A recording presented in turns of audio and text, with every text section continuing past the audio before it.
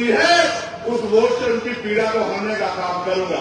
तमाम डिपार्टमेंट के अधिकारी थे, मैंने उनसे भी कहा कि बिजली विभाग के जो कर्मचारी है, ये जो लूट मचा रखी है कि अगर 5,000 का बिल होगा गरीब का तो उसका कनेक्शन काट दोगे, उसकी कुर्सी डाल दोगे और पूंजीपतियों के लाखों करोड़ रुपए भाजपा की सरकार ने मांग किए हैं, इनको दिन के आगे कमजोर कर जाते हो और गरीबों को पीटने का काम करते हो। किसानों को बिजली का बिल न देने पर उनके कनेक्शन काटने का काम करते हो। मेरी लोकसभा क्षेत्र में अगर कोई कर्मचारी किसी गरीब को नियत से कि मुझे उससे कुछ पैसे लूटने हैं, ये लूट खसोट का काम करेगा तो उसको किसी कीमत पे बर्दाश्त नहीं किया जाएगा। ऐसे कर्मचारियों पे कार्रवाई करने का काम आपको करना पड़ेगा। और उन्होंने मुझे आश्वासन दिया कि सांसद साहब, मैं विश्वास दिलाता हूं, एक भी घटना ऐसी पाई जाएगी तो उन पर कार्रवाई होगी। ये आपका क्षेत्र है, 75 साल बाद क्या मिला? पढ़े लिखे नौजवान बैठे हैं, बताओ नौकरी मिल रही है? मिल रही है? तो फिर सरकारें किस लिए? पढ़े लिखे हमारी बेटियां परेशान है, हमारे बीएड के बीटीसी के बच्चे परेशान हैं, भर्तियां नहीं आ रही। 69,000 शिक्षक भर्ती में घोटाला हो गया, 20,000 पदों पे आज तक मैंने आंदोलन किया था, 6,000 आपको नौकरियां दिलाने का काम किया था, फिर उसमें रोक लगी, फिर हाईकोर्ट से उसको ऑर्डर हो गया, फिर सुप्रीम कोर्ट चला गया। ऐसे ही वो बच्चे सड़कों में परेशान घूम रहे हैं। आपके सामने सब कुछ हो रहा है। कोई भर्ती आती है पुलिस की, अभी आई थी, भर्ती में घोटाला हो गया, पेपर लीक हो गया, फिर मैंने मांग उठाई, दोबारा लेटर लिखा, फिर उसका पेपर दोबारा हुआ। अब पता लगता है कब उनको नौकरी मिलेगी। आप ये देखो मिल क्या रहा है। यहाँ क्षेत्रीय किसान, ये हमारा गन्ना भाव बैठ है, गन्ना की फसल के जो है ना तो दाम किसान तय कर पाता है और ना नीले समय पे पैसा देती है। आपने जिनको एमएलए बना के भेजा है, एमपी बना के भेजा, वो पता नहीं क्या करेंगे। मैं आपको विश्वास दिलाता हूँ किसान भाइयों, अगर आपने मेरे हाथों को मजबूत करा और भाई गाइड को जो है ताकत देने में काम करी, जो मील पैसा नहीं देगी उस मील पे ताला लगा दिया जाएगा जब तक आपके पैसे नहीं मिलेंगे। और आप जानते हैं मेरे यहाँ भिलाई मिल के लोग देरी कर रहे थे, मैंने परसों तक मीटिंग हुई तो जिलाधिकारी ने कहा कि भिलाई मिल वालों को उठा के समझा देना, मुझे उनसे कुछ नहीं चाहिए, लेकिन अगर किसानों को पैसे नहीं मिलेंगे तो मिल नहीं चलेगी। इस मिल पर ताला लगाने का काम यहाँ का मौजूदा सांसद करेगा, इस बात को आप ध्यान रखना। इसलिए मैं आपसे कह रहा हूँ, मेरे मन में तो बहुत सपने हैं और सपने ये सुनो कि कुटीर उद्योग लगने चाहिए और ग्रामीण क्षेत्रों में महिलाओं को रोजगार मिलना चाहिए। मैं तो बहुत बचपन से देख रहा हूँ, मेरी माँ पशुओं पालती है और पशुओं का दूध बेच के अपने बच्चों को पालने का काम करती है। पूरी जिंदगी उनकी इसी में बीत जाती है, या वो कोयलों पे काम करती है, या वो भट्टों पे काम करती है, या फैक्ट्रियों में जाकर सर से ईंटें उठाती है। आज तक भी देश में महिलाओं को सम्मान की जिंदगी दिलाने का काम सरकार ने नहीं किया। आप किसी क्षेत्र का मामला उठा के देख लो, बहन बेटियों पर जिस तरह का जुल्म हो रहा है, कानून व्यवस्था के बैठे लोग उस तरह से बहन बेटियों के सम्मान की सुरक्षा नहीं कर पा रहे हैं। इसलिए मैं तो चाहता हूँ कुटीर उद्योग लगे ब्लॉक स्तर पर और महिलाओं को घर पे रोजगार मिलने का काम हो, सम्मान की जिंदगी मिले और 15-20 हजार रुपए का रोजगार मिले। और जो पढ़े लिखे नौजवान हैं उनको अगर सरकार नौकरी नहीं दे सकती तो जब तक वो बेरोजगार है बेरोजगारी भत्ता दिलाने का काम करे और साथ साथ इंडस्ट्रियल एरिया लग के उद्योग धंधे लग के हजारों नौजवानों को जिलों में नौकरी मिलने का काम हो। जिन माँ बाप ने अपना पेट काट के जो है उनको पढ़ाने का काम किया, इस उम्मीद से कल मेरी लाठी बनेगा, उन माँ बाप को भी कुछ सुकून मिले। मैं तो गरीब परिवार से आता हूं और हमारे नेता बैठे हैं, मैं कहूंगा कि वो गौर करें। ये आपकी जिंदगी का मामला है, बता रहा मैं झूठ तो नहीं बोल रहा हूं। आज गरीबी का आनंद ये है कि बेटा पिता के सामने हाथ फैलाकर कहता है कि मुझे सामान चाहिए और बाप चाहता है कि अपना दिल निकाल कर दे दे अपने बच्चे के लिए, लेकिन जेब में पैसे नहीं होते तो आंख में आंसू लेकर चला जाता है, नहीं चला जाता। बताओ मैं झूठ तो नहीं कह रहा हूं, ये सच है नहीं है बताओ। तो इस देश में जो अमीरी और गरीबी की खाई खड़ी कर दी है, इस खाई को पारने के लिए लोकतांत्रिक व्यवस्था में इन निकम्मी सरकारों को हटा के काम करने वाले लोगों को आपको बिठाना पड़ेगा और जिस दिन काम करने वाले लोग आ गए, मैं लिख के देता हूं कि किसी गरीब का हाथ फैलेगा नहीं।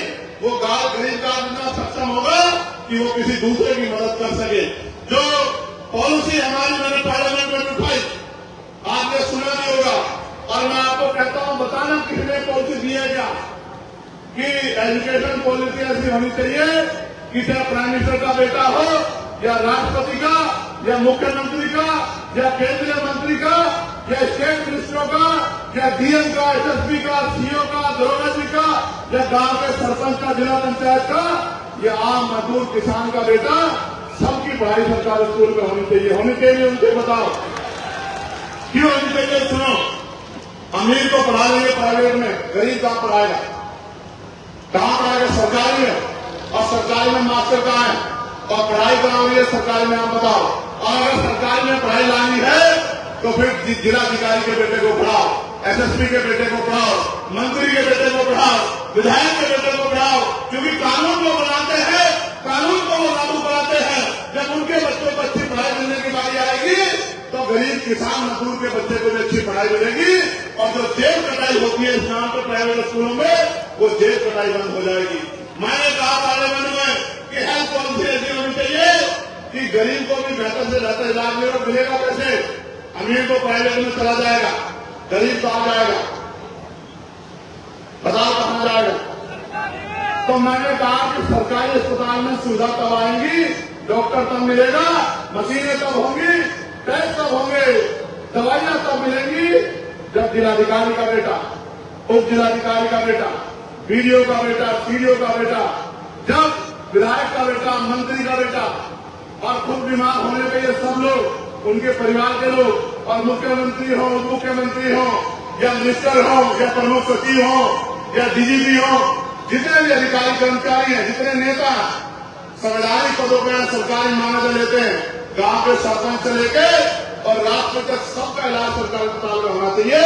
जब एक बेड पे किसान लेता होगा और दूसरे बेड पे जिले के जिलाधिकारी लेते होंगे या एसएसपी लेते होंगे, बताओ अच्छा इलाज होगा नहीं होगा? बताओ होगा नहीं होगा? बताओ। और आज जो प्राइवेट में जाके जेब कटाई होती है, बंद होगी नहीं होगी? आपके जीवन में बदलाव होगा नहीं होगा? तो मैं तो कोशिश करता कि ऐसी पॉलिसियां बने। मैंने एक मांग उठाई थी 29 जुलाई को, आप ऑन रिकॉर्ड पढ़ लेना कि पार्लियामेंट में जाने के बाद हमने क्या प्रयास किए हैं। मैंने मांग उठाई थी कि न्यूनतम वेतन 700 रुपए होना चाहिए। 300-400 रुपए की मजदूरी में गरीब अपने बच्चों का पेट नहीं पाल सकता, महंगाई इतनी बढ़ गई है। तो सरकार को न्यूनतम मजदूरी जो है अभी 10-12 दिन पहले वो बढ़ाकर 783 रुपए करनी पड़ी, और अक्टूबर के 1 माह से 1 तारीख से वो लागू हुई। ये किया हमने पार्लियामेंट में जाके। और साथ साथ ये जो हमारे पुलिस के भाई हैं उत्तर प्रदेश के, इनको 12 घंटे, 14 घंटे, 16 घंटे ड्यूटी करनी पड़ती है। मैंने इनके लिए भी मांग उठाई कि इनको 8 घंटे की जो है ड्यूटी होनी चाहिए, और सप्ताह में 1 दिन इनको छुट्टी होनी चाहिए, और बॉर्डर स्कीम से इनको जो है बाहर करना चाहिए। इनकी वेतन विषमता दूर होनी चाहिए इनको भी, क्योंकि ये भी जनता की सेवा के लिए है, तो इनकी परेशानियों को भी सरकारों को सुनना चाहिए। मैंने होमगार्ड के भाइयों का वेतन बढ़ाने की मांग उठाई। मैंने आशा, आंगनबाड़ी, भोजन माता जो है, जिनको 2-4-6 हजार रुपए मिलते हैं, उनका वेतन 21,000 रुपए मिनिमम होना चाहिए। इस बात की मांग भी मैंने उठाई। और जो ग्राम में सेवक है, इनको ग्राम रोजगार सेवक कहते हैं। इनका एक पत्र भी मेरे पास आया है, जिनको ग्राम प्रहरी कहते हैं, चौकीदार कहते हैं। इनकी वेतन वृद्धि हो, इनको भी न्यूनतम 20,000 रुपए वेतन मिले, इसकी मांग भी मैंने पार्लियामेंट में उठाने का काम किया। पार्लियामेंट में तो मैं इस मांग को जोर शोर से उठाया, लेकिन असेंबली में कौन उठाएगा? मैं असेंबली का हिस्सा नहीं हूं। असेंबली में वो उठाएगा जिसको आप चुन के अपनी वोट से विधानसभा में भेजने का काम करोगे। मजदूरों के बच्चों को अच्छी पढ़ाई मिले, गरीबों के बच्चों को अच्छी पढ़ाई मिले, पढ़े लिखे नौजवानों को रोजगार मिले, कौन उठाएगा? जिसको आप चुन के भेजोगे। आपको तो मौका जल्दी आ गया है, वरना लोगों के पास तो 2027 में आएगा। मैं आपको कहना चाहता हूं, क्या मेरे काम में कमी है? दोनों हाथ उठा के बताओ, मेरे काम में कमी है? कोई ऐसी एक नाम बताओ जिसपे आपके लिए लड़ता नहीं। क्या कभी आपके लिए जेल की परवाह करी? क्या लाठी की परवाह करी? और तो गोली भी खानी पड़ी, क्या गोलियों से डरा? तो जब मैं पीछे नहीं हट रहा हूं तो महापुरुषों के सपने को पूरा करने के लिए आप लोग क्यों पीछे हटना चाहते? बताओ, मदद करोगे नहीं करोगे? मैं विश्वास दिलाता हूं किसान भाइयों को कि किसान किसी के दफ्तर में कागज लेके नहीं खड़ा होगा। अगर उसने मुझे ताकत देने का काम किया, भाई जायज को ताकत देने का काम किया, वोट की ताकत से मजबूत करने का काम किया, मैं आपको विश्वास दिलाता हूं हम संघर्ष करेंगे, इतना संघर्ष करेंगे कि हर गांव तक, गली गली तक जाएंगे। हमने तैयारी करनी है। ये इम्तिहान है मीरापुर के लोगों, इस इम्तिहान को अपना इम्तिहान बना लो। ये जो मेरा इम्तिहान है, जाहिर का इम्तिहान है, आजाद समाज पार्टी का इम्तिहान है, इसको अपना इम्तिहान बना के एक ताकत यहाँ से बना के दे दो। और फिर आप देखना कि पूरे प्रदेश में गली गली गांव गांव घूम के, और मैं विश्वास दिलाता हूं अपने पिछड़े वर्ग के भाइयों को, पाल समाज के भाइयों को, प्रजापति समाज के भाइयों को, कश्यप समाज के भाइयों को, गुर्जर समाज के भाइयों को, जाट समाज के भाइयों को, सिख समाज के भाइयों को और तमाम सैन समाज के भाइयों को, विश्वकर्मा समाज के भाइयों को कि उनके बच्चों को भी जो आरक्षण का लाभ मिलना चाहिए था 52% आबादी होने के बाद, इस आरक्षण को बढ़वा के जातिगत जनगणना करा के 52% कराने का काम भी हम लोग करेंगे। मेरी बात को आप याद रखना। मैं तो आपसे कह रहा हूं, डर के साए में क्रिश्चियन समाज के लोग, मुस्लिम समाज के लोग, कोई दाढ़ी पकड़ के मार देता, कोई टोपी पहनने में मार देता। और आज तो आलम क्या हो गया है, एक माहौल बना जा रहा है वीडियो बनवा के कि हर धर्म के इसके खिलाफ, कभी बुद्धिस्टों के खिलाफ, कभी सिख भाइयों के खिलाफ, और ट्रेन बना के हजरत पैगंबर मोहम्मद साहब के खिलाफ जिस तरह की बयानबाजी करके जो है वही बंटवारा करने का, हिंदू मुस्लिम करने का जिस तरह का प्रयास किया जा रहा है, ये भी किसी छिपावा नहीं है। और ये जो लोग भाषण देते हैं, चाहते हैं, मैं आपको भी सावधान करते हुए कहना चाहता हूं, ये चाहते हैं कि आप इलेक्शन करें, सड़कों में आए, और जब आप सड़कों पे आएंगे तो इनका एजेंडा कामयाब हो जाएगा। जो सरकार में लोग बैठे, मैं आपको कहता हूं, आप बताओ सड़कों पे जब आपने हमें वोट दी है और हमारा साथ देने की बात कर रहे हो, तो आप पे आंसू पोंछने का काम और आप पे हर उठी हुई उंगली को रोकने का काम हम लोग करेंगे। इस बात का भी मैं आप लोगों को विश्वास और वचन देता। लेकिन मैं आपसे कह रहा हूं, इनकी कठपुतली मत बनो, इनकी बातों में मत आओ, ज्यादा लापरवाह मत बनो। आप समझदार लोग हैं, ये कोई बहुत ताकतवर लोग नहीं है जो इस तरह की भाषा का प्रयोग कर रहे हैं। और किसी धर्म के लोग इनको पसंद नहीं कर रहे, यहाँ तक कि हिंदू धर्म के लोग इनको पसंद नहीं करते, लेकिन ये अपने नेताओं के एजेंडों पे काम कर रहे हैं। हमें समझदारी दिखानी है, लापरवाही नहीं करनी। मैं आपको भी कहना चाहता हूं, जाहिद भाई प्रत्याशी हैं और वो मेहनत कर रहे हैं, और मैं अपने साथियों को कहना चाहता हूं, पुराने साथियों को जो मैं देख रहा हूं कि आज जो है वॉलंटियर की ड्यूटी कर रहे हैं, मैं उन सबको कहना चाहता हूं, हरियाणा में परिणाम हमारे फेवर में क्यों नहीं रहे, सुनना चाहते हो? करनी बात है, इसलिए मेरे फेवर में, क्योंकि वहां आप विरोधियों से नहीं लड़ रहे थे, आपस के मन मुटाव से लड़ रहे थे। मैं जानता हूं आपकी ताकत को। जब जब आपने एकजुट होकर काम किया है संगठन और पार्टी के लोगों ने, तो फिर कोई लक्ष्य नामुमकिन आपके लिए नहीं है। लेकिन जब जब आपने मिशन से भटककर किसी व्यक्तिगत स्वार्थ पे या अपने आप को किसी को नीचा दिखाने के लिए काम किया है, तो उसका नुकसान पार्टी संगठन को हुआ है। मैं आपकी ताकत से वाकिफ हूं। मैंने आपकी ताकत दिल्ली में देखी, जब मैं पहली बार जब मेरे ऊपर मुकदमे लगे और आपने दिल्ली लाने का काम किया। मैंने आपकी ताकत देना सिंह के आंदोलन में देखी, जब आपने मेरी एक आवाज पे पूरे देश में आंदोलन करने का काम किया। मैंने आपके यहाँ ताकत जब दिल्ली में सदगुरु गुरु रविदास जी महाराज गुरु घर तोड़ दिया गया, तब मैंने आपकी ताकत दिल्ली में देखी कि आपने केंद्र की सरकार को और सुप्रीम कोर्ट को झुकाने का काम किया। मैंने आपकी ताकत दो अप्रैल में देखी। मैंने किसान आंदोलन में मेरी एक आवाज पे जिस तरह से 13 महीने आपने साथ दिया, मैंने आपकी ताकत वहां देखी। और जब पहलवान बेटियों के अपमान किया गया, दिल्ली में जंतर मंतर का आंदोलन हुआ और आपने मेरी एक आवाज को खड़े होकर आके बाकी सरकारों को ऐलान करने का काम किया गया पहलवान बेटियों के साथ है। मैंने आपकी ताकत तब भी देखी, लेकिन मैं जानता हूं क्योंकि आप सीधे लोग हैं, इस देश में 100 साल से जो पार्टियां काम कर रही है उनको भी एहसास नहीं है। उनके आगे कुछ अच्छे बुरे लोग हैं, लेकिन आप तो लक्ष्य को लेकर निकले हैं। आपका कोई अपना लक्ष्य नहीं है। आपका लक्ष्य हासिल में अंतिम जो व्यक्ति है उसको सम्मान और सुविधा और अधिकार दिलाने का लक्ष्य है। तो मैं आपसे कहूंगा, ये जिम्मेदारी मैं उन लोगों के भरोसे छोड़ता हूं जिन्होंने मेरे आए बगैर ही आकर जिला पंचायत मुझे यहाँ से जिता के भेजे थे। मैं और मुजफ्फरनगर के साथियों के भरोसे आपकी जिम्मेदारी छोड़ता हूं कि ये मीरापुर विधानसभा ना जायज लड़ रहे हैं, न इनका परिवार लड़ रहा है। ये मीरापुर विधानसभा चंद्रशेखर आजाद लड़ रहा है और चंद्रशेखर आजाद को ताकत देनी है, कमजोर करना, ये आपको तय करना। आप जानते हो, अगर मेरी ताकत बढ़ेगी तो क्या कोई आप पे जुल्म कर देगा? बताओ, दोनों हाथ मारे नाम से कर देगा? कोई बहन बेटे को गलत में से दे देगा? कोई अधिकारी आपको परेशान कर देगा? मैं तो आपको कह रहा हूं कि मैं आपके ऊपर छोड़ता हूं और मैं शांत हो जाता हूं। मैं आपसे पूछना चाहता हूं, क्या मेरे हिस्से में ताकत आनी चाहिए नहीं आनी चाहिए? बताओ। मैं जोर से होगा, मैं आज का मैं नहीं मानता हूं आपको। मैं एकजुट होकर बताओ, आनी चाहिए आनी चाहिए? क्या मीरापुर हमारे हिस्से में आनी चाहिए आनी चाहिए? तो आप जाहिर की इंतजार करोगे, अपने आप जाहिर बन के काम करोगे? बताओ। आप सिर्फ जाहिर बन के नहीं, मुजाहिद बन के काम करना कि हमें जो है इस लड़ाई को जीतना। कर दोगे नहीं कर दोगे? और ये भाईचारा बना लोगे नहीं बना लोगे?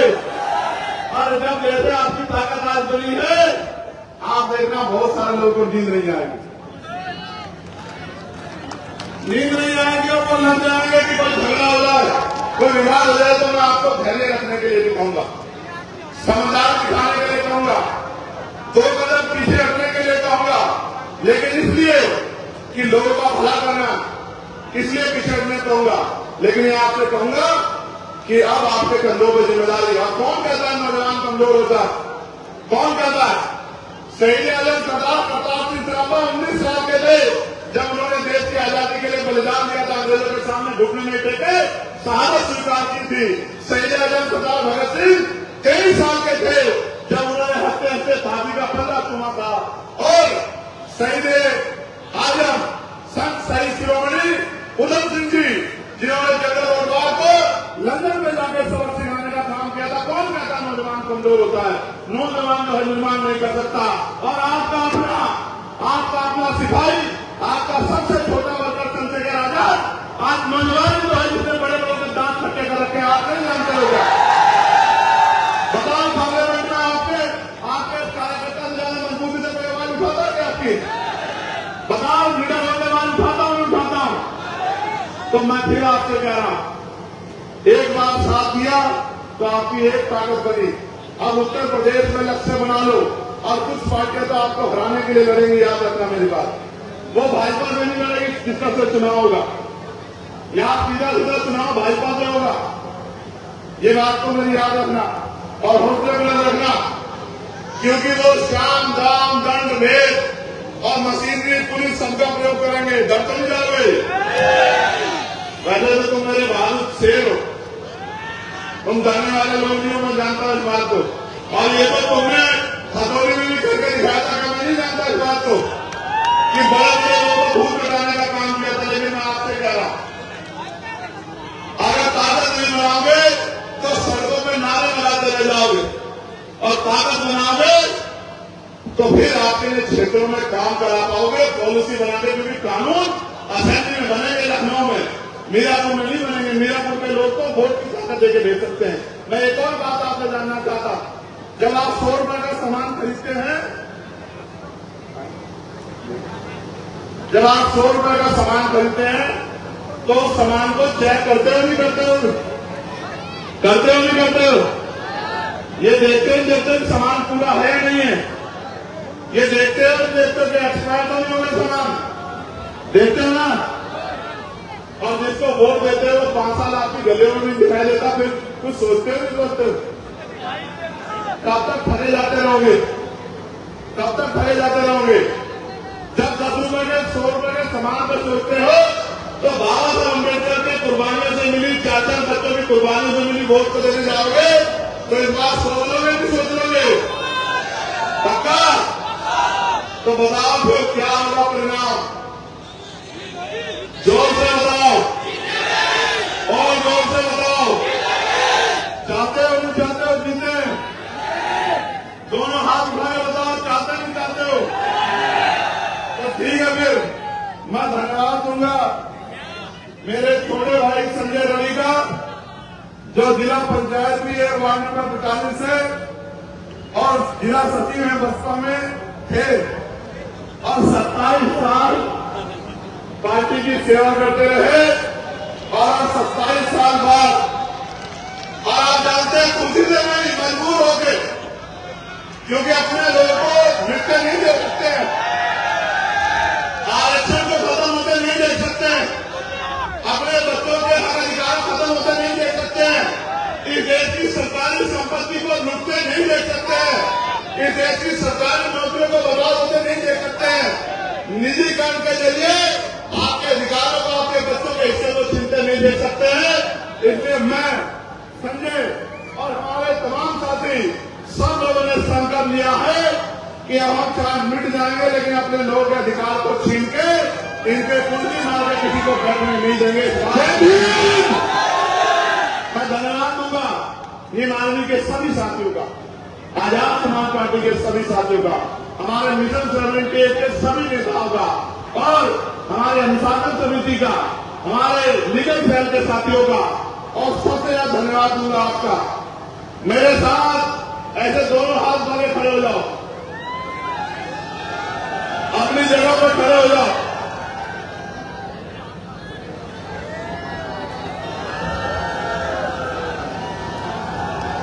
जय भीम,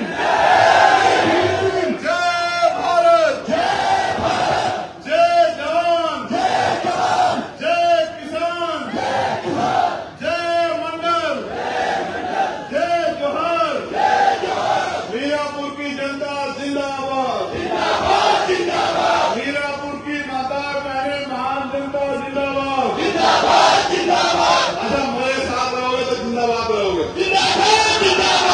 और किसी और के चक्कर में पड़ोगे। सुनो, एक कहावत है, आज मांगे तो मांगे तो वही मिलेगा जो मिलता है। बताओ बदलाव चाहते हैं नहीं चाहते हो? दोनों हाथ उठा के बताओ बदलाव चाहते हैं नहीं चाहते हो? तो मेरे संदेश को गांव पहुंचा दोगे नहीं पहुंचा दोगे?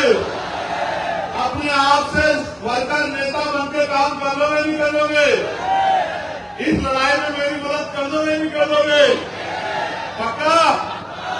दोनों हाथ उठा के चलो फिर ठीक है, आप सबके बहुत बहुत बधाई और शुभकामनाएं। और आज के सफल कार्यक्रम के लिए जिला कमेटी का, मंडल प्रदेश कमेटी का, दोनों संगठनों की और हमारे सभी नेताओं का बहुत बहुत धन्यवाद। जय हिंद, जय भारत।